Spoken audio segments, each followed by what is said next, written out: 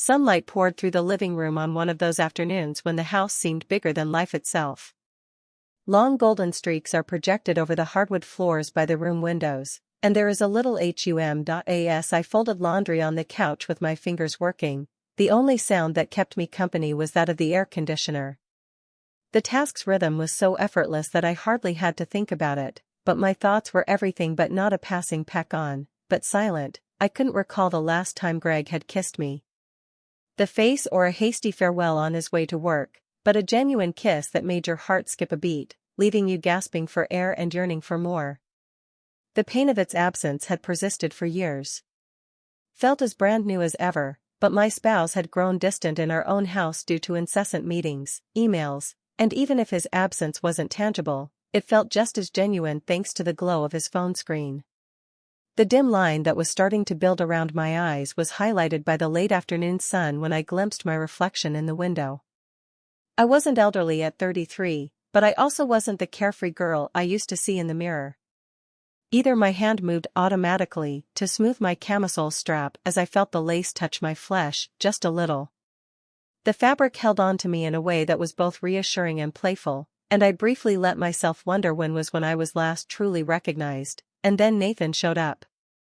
He has been living with us for a few months now after graduating from college and returning to save money while looking for a job at 22. He was everything Greg used to be. He was lively, full of life, and self-assured without even trying. Served as a reminder of my husband's and my distance from one another, but now it had taken on a completely different form. I observed how his eyes glowed as he discussed his future ambitions, how his laughter filled the home, and even though I attempting to ignore the thought, I also saw how his cologne lingered and how his t-shirt stuck to his chest. It was wrong to think about him in that way after he passed away, I knew it was, but the heart doesn't playing by the principles of right and wrong. Nathan was in the kitchen rummaging when I heard footsteps. I could hear the glass bottles clinking and the gentle shuffling of his bare feet on the tile through the refrigerator. As if his presence alone could change the atmosphere, the house felt warmer and the air heavier.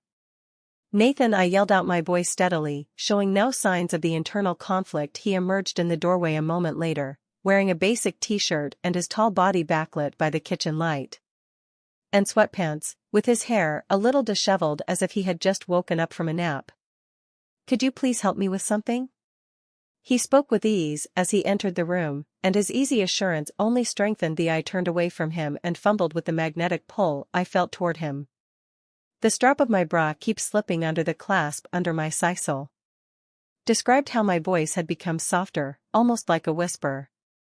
There was a hesitation and a pause that lingered in the air, like I heard him go closer to me as the last note of a song was about to vanish. I gasped when I felt his hands graze my shoulders, lifting the thin strap as he made the necessary adjustments. His touch sent a chill down my spine since it was forceful, but deliberate.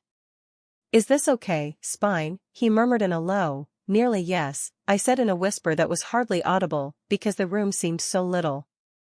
His fingers lingered for an excessive amount of time, and I could feel the space between us getting smaller by the second. The way something so basic could start a fire was intoxicating, as was the sensation of his breath against the back of my neck.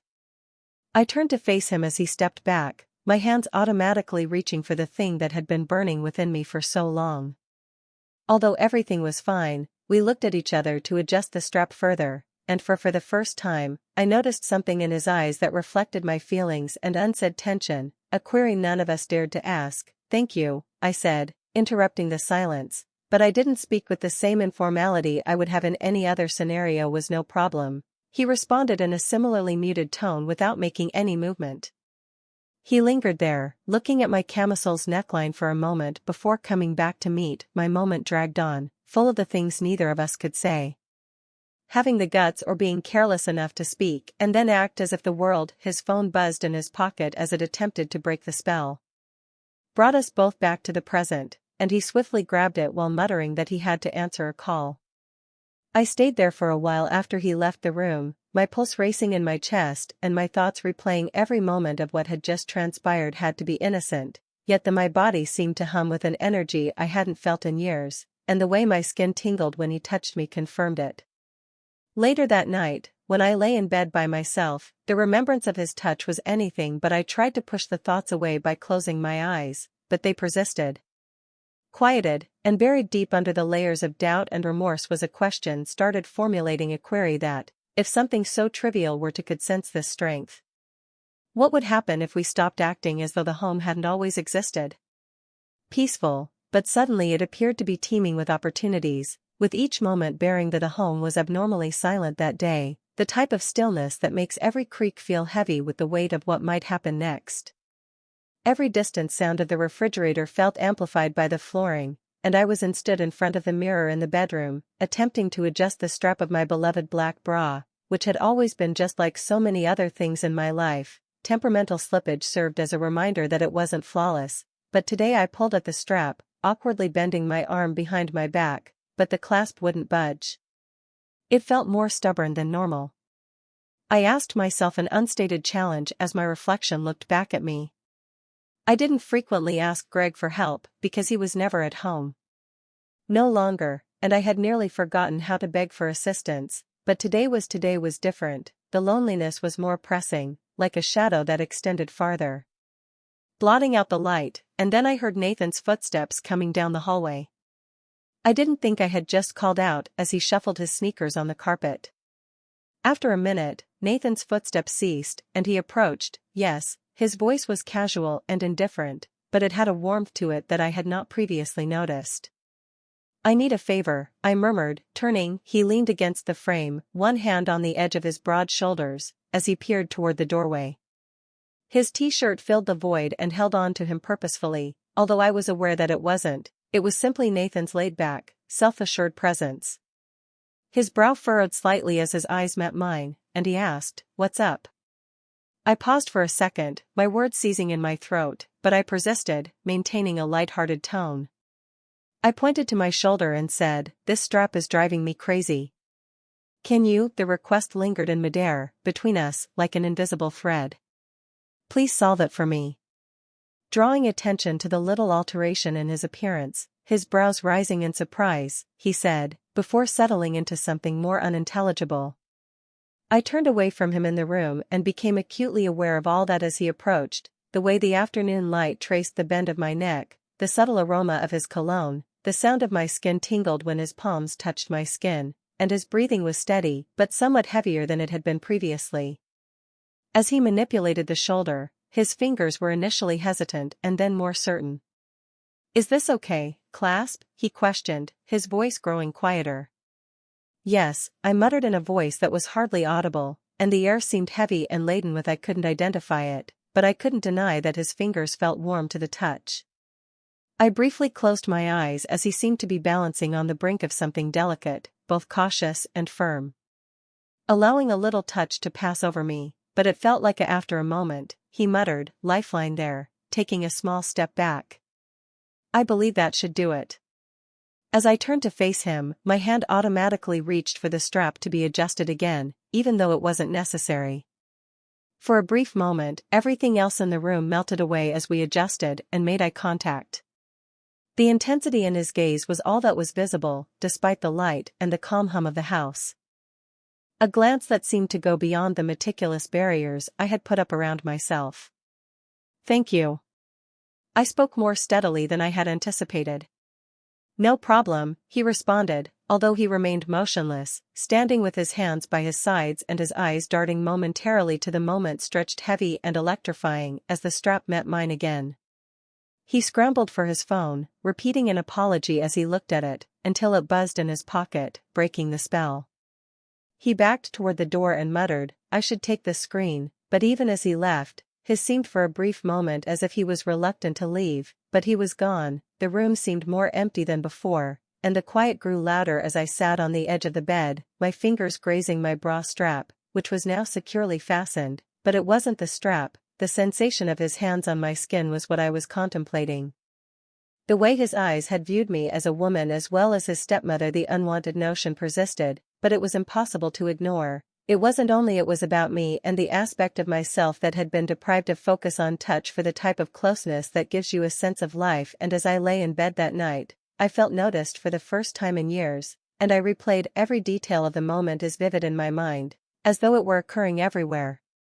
Once more how his fingers had faltered before gaining assurance, the way when he inquired whether it was okay, his voice had been softer, and his eyes had lingered with something I couldn't identify, but I didn't want to deny that I should feel bad because I knew that I should have pushed the thoughts away and buried them deep so they couldn't get to me, but instead I let them whirl.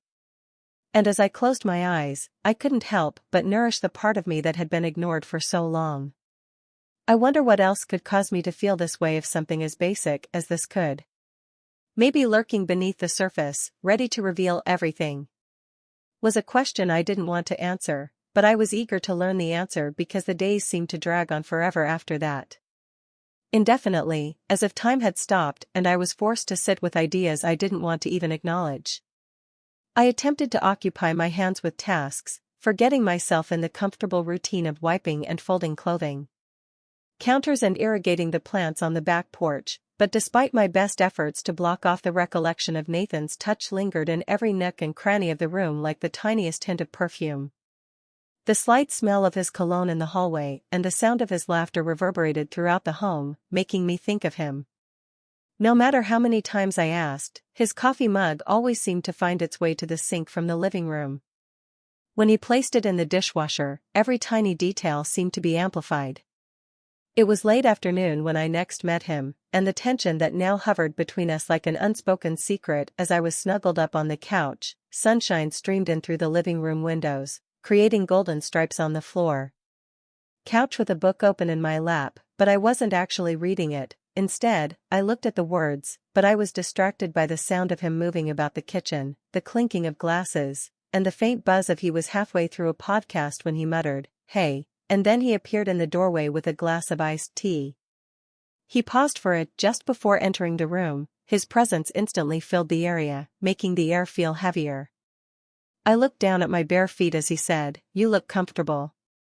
A tiny smile played at the corners of his mouth. Comfortable was the term I used to describe the large sweater that was tucked under me and flowed loosely over my shoulders. Might have selected exposed in a way that had nothing to do with trying to maintain my tone light and informal, I said, with what I was wearing. It's a good day for being lazy, even though my heart was. He laughed quietly, making a warm, low sound that pounded in my chest. That caused something inside of me to awaken. "If I sit," he requested, pointing to naturally. I didn't say anything at the other end of the couch, but my remarks were too eager and too fast, so I moved.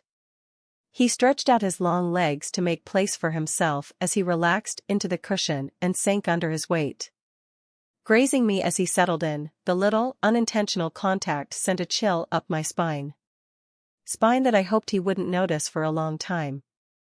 The only sound we heard was silence.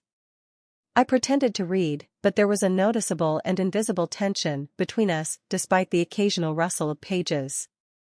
I could feel his gaze on me, not steady, but persistent, like a visible thread getting tighter with each second that went by. As if he was attempting to solve a problem, but wasn't prepared to ask the CLA question, he stated abruptly, breaking. His voice had become softer and somewhat tentative in the quietness. "May I ask you something?" I answered, something sure, but the phrase stuck in my throat, and he hesitated before running. "When I assisted you the other day," he ran a hand through his hair in a manner that seemed almost anxious. "Did it happen with your strap? I mean, was that strange for you?" The question hung in the heat rising to my face caused my cheeks to blush as I breathed in the thick, weighted air. I eventually managed to find the appropriate words, but it came out softer than I had intended. "It wasn't strange as planned, simply unexpectedly, yes," he responded, looking directly into my eyes.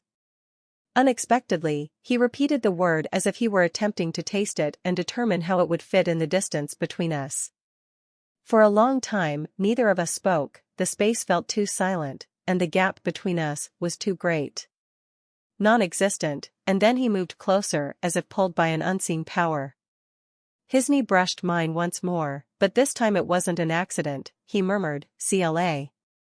His words were no more than a whisper, and now he looked into my eyes to find that for the first time, I couldn't help but see a vulnerability and a desire that reflected my. I opened my lips to reply, but instead of saying anything, I reached for the book in my lap, slowly shutting it and putting it down, I hovered over the cushion between us for a brief minute before letting it settle there so I could feel his legs' warmth. His breath caught just a little against my fingers, and I understood then how we were so near that even the slightest movement could completely bridge the distance, and my heart was racing so loudly that I was certain he could hear it, but he never moved. Instead, he leaned in his eyes. As I left mine, the moment seemed to go on forever, frozen in time like the entire universe was holding its breath, and I could sense the electricity and fire radiating from him between us, and I understood what this meant. Whatever it was much larger than either of us could manage. "Nathan," I said in a whisper. Trembling, but steady enough to breach the silence, the front door opened before I could say another word. Broke as Greg's voice came echoing from the corridor, shouting a happy. Nathan withdrew so rapidly that it appeared as if he had been scorched, his face instantaneously changing to one of I took the book from the pillow, opened it, and pretended to be impartial. Greg entered the room, his smile broad and unaware that the words were smudged on the page, and he read them. He dropped his briefcase beside the door and said, "You two, what's going on?" "Not much." I forced a smile as I looked up at him, simply unwinding. Nathan remained silent. Anything, but his fidgeting hands against his thighs, gave me the impression that he was tense.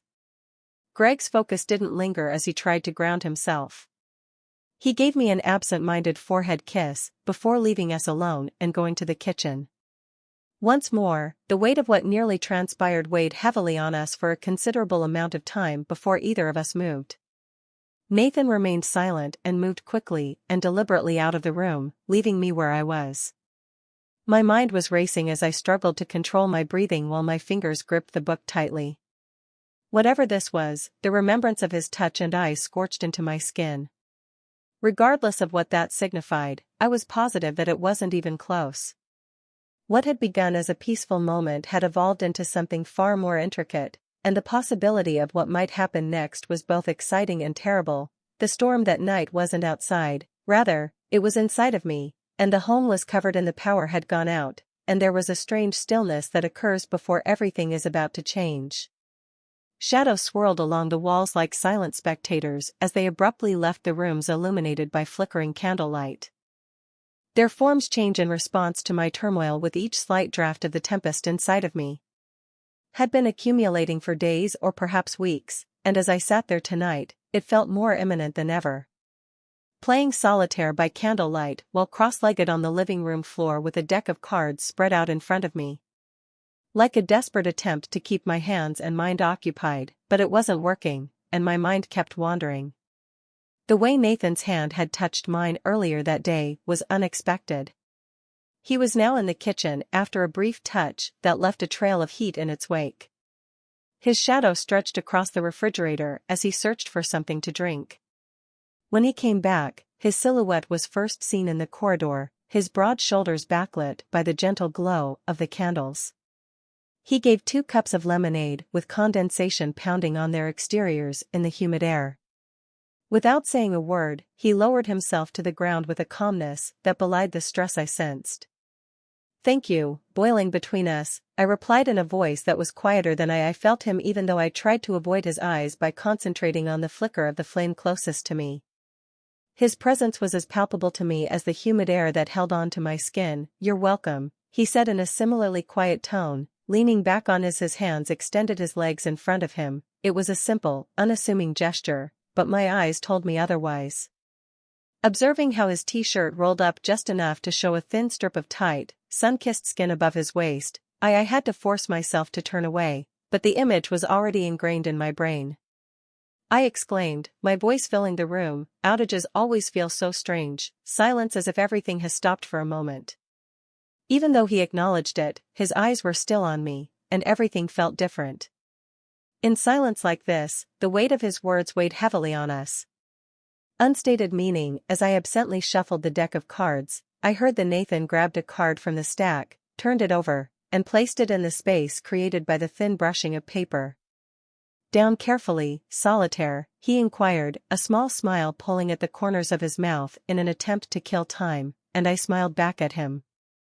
He moved in close enough for me to feel the tiny warmth emanating from him as I tentatively gave him one of my own. I had to resist the impulse to close my eyes and let his fresh aroma, which had a faint woodsy undertone, wash over me. It engulfed me entirely, and the air between us seemed to get thicker every second as the candles threw. Do you ever have the feeling that the flickering shadows were plotting something? Nathan fidgeted with the edge of a playing card, as if things shouldn't stay, and his voice trailed off. The question surprised me because of its simplicity and the way they are forever. I looked him in the eye for the first time, feeling the weight of what he was truly requesting. That night, his eyes were probing steadily while my heart pounded loudly in my chest. My response, which I wasn't sure I could provide, was, I believe change is inevitable. Finally, even if we're not prepared, my voice is hardly audible above a whisper. He nodded slowly while keeping his gaze fixed on mine. Yes, that makes feeling that there was an impossible amount of distance between us, now charged within my pulse accelerated as his fingers moved with an energy I couldn't identify but couldn't ignore. Approached me almost silently. It was a tiny gesture that may be written off as a coincidence, but the purpose was he spoke softly, his voice bearing the weight of everything, unmistakable Claire. Unspoken between us, I was unable to reply. My thoughts were a jumbled mass of fear and want, and then my neck felt constricted as if drawn by an unseen force. I felt a shock of electricity as his hesitant fingers brushed across mine, and I gasped in shock. Catching in my throat, but I chose not to remove the candles as they furiously flickered. Nathan's fingers stayed where the flames bent and twisted, seemingly trapped in the same maelstrom that raged inside me.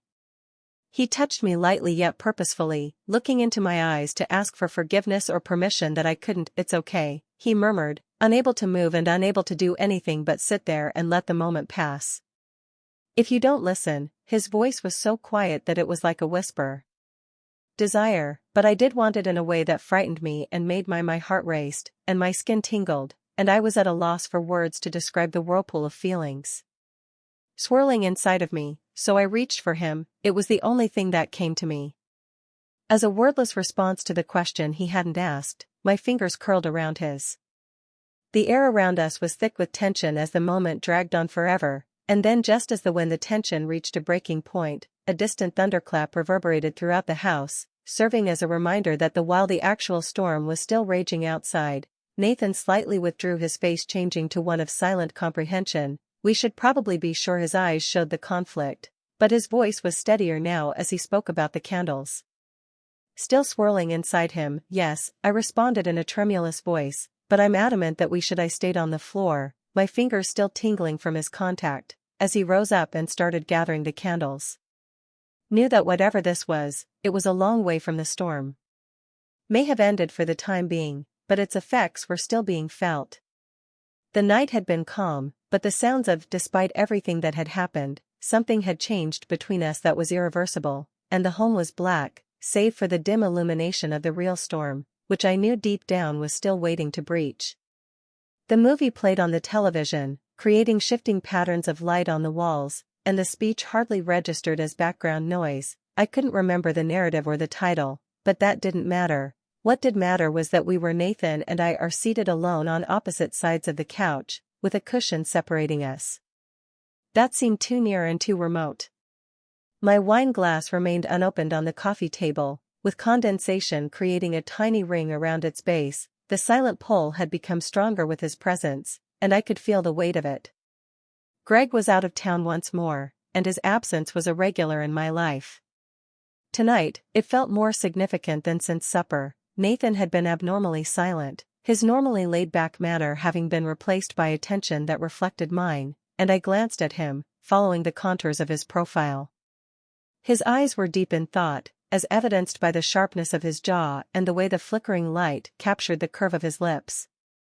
I can switch the movie if you're bored, but he seems distracted and glued to the screen, as if he were somewhere else. I broke the stillness with a voice that sounded more steady than I thought. He turned to face me, his face softening a little. No, it's okay. His eyes stayed on mine for a long time, but I wasn't sure I wanted to hear the answer because I was preoccupied with what I asked. It was once more that wordless, and I felt my breath catch there after a minute too long. Tension, the invisible thread that appeared to connect us in ways I was unable to completely comprehend, but he hesitated as if considering his words before responding, but his appearance was more significant than anything he said. Spoke a different tale to me as I reclined on the couch and curled my fingers around the blanket's edge. The room felt warmer than it should have, and the air was heavy with something I couldn't quite put my finger on. My heart was pounding, and I wanted to say something about how clear it seemed that he could hear it even from where he was sitting. Nathan tried anything to break the trance, but the words wouldn't come. Instead, he moved slightly closer to almost invisible movement caused my pulse to speed as the distance between us shrank, the tension crackling like I sensed his gaze on me, examining me, and for the first time I felt static electricity. For years, I felt like a woman, CLA rather than a wife or stepmother. Whispered my name gently, sending a chill down my spine. I turned to face him, my heart pounding. His eyes were searching mine for something I couldn't identify, and his demeanor was inscrutable as the film went on. The steady rhythm of my breathing and the loud thump of my heartbeat replaced the sounds that faded into the background. I said, my voice barely above a whisper, "Heartbeat, what is it?" "I don't want to make you," he spoke in an awkward way, yet I can't stop thinking about it. Although he didn't complete the sentence, he wasn't burdened by what he was saying, something that sat heavy in my mind between us. I was unable to detangle a flurry of ideas and feelings, but I knew I needed to end this, whatever it was. I couldn't force myself to say or do anything but sit there and wait for what happened before it got too far. "What would occur next, Nathan?" I said, my voice shaking. "Aren't we?" he abruptly interrupted me, saying, "Shouldn't I know?" "I know we shouldn't, but that doesn't alter my feelings." His admission came as a shock to me, and dragging me down, I felt naked and defenseless, but there was a piece of I wanted to go deeper so I could lose myself in the intensity of everything. His gaze swept across mine, and I noticed the same struggle reflected in their want and dread. Before I could respond, he grabbed for my hand and felt a mixture of shame and something that was painfully close to hope. His fingers lightly but purposefully touched me, causing my breath to catch as the warmth of his skin sent. I should have retreated when I felt a shock of electricity, but instead I let him seize my hand and hold on tightly. Tender, as if he were worried that I would vanish. "I don't want to cause you any harm," he said in a voice that was hardly audible above a whisper, "yet I can't act like this." His words lingered in the air, heavy and unquestionable, and my mind cried out for me to stop this so that you can step back and say something that would stop the craziness, but my body deceived me as I leaned into his touch, yearning for the connection we had not experienced in such a long time. Vanished as he approached, his face inches from mine, and I could feel his steady, warm breath across my skin. My senses were saturated with his clean, masculine, enticing aroma, and my heart was racing so loudly that I was certain he could hear it, but instead of turning away, he cocked his head and looked. "Nathan," I muttered as time seemed to stop for a second as it latched on mine. Even though my voice was shaking, I was able to maintain eye contact, and he didn't answer, but as his eyes spoke everything slowly and carefully, and he moved in to give me a tentative kiss. He was first apprehensive, almost as if he was waiting for me to stop him, but I didn't. As an alternative, I closed my eyes and let myself lose myself in the warmth of his touch and the way his hand signaled my face so tenderly that it caused my heart to hurt. The kiss grew stronger and more certain, and I sensed something inside of me release a barrier that has been preventing years of frustration and longing for feeling lonely. I reached for his shoulders and gripped them firmly, as if he were the only thing keeping me grounded, and all around us vanished, leaving just the two of us and the spark of energy that flickered between us. But as soon as it started, Nathan's breathing heavy as he pulled back, his eyes seeking mine with a he added, his voice barely audible, a blend of terror and want we can't. I heard myself say, "I don't want to hurt you or him." I know I spoke shakily, but the weight of what had just happened made the words feel hollow. A curd pressed down on me, and I realized that the line had been breached, and the repercussions were just around the corner. The ensuing stillness, which contained all we were unable to express, was deafening. And I sat there wondering what was going on, my heart still pounding. Would occur next, and whether we could make it through it. The morning light filtered the warmth of the drapes, which were silky and golden, did little to quiet the tempest that was raging inside of me. I sat at the edge of the events of the previous night played on a soundtrack, and the silence of the home weighed me down like a burden. Never-ending loop in my head, every second more acute than the last, the warmth of Nathan's fingers, the way he withdrew his eyes, and the taste of his kiss filled. I ran my fingers through my hair regretfully and with a much more dangerous desire.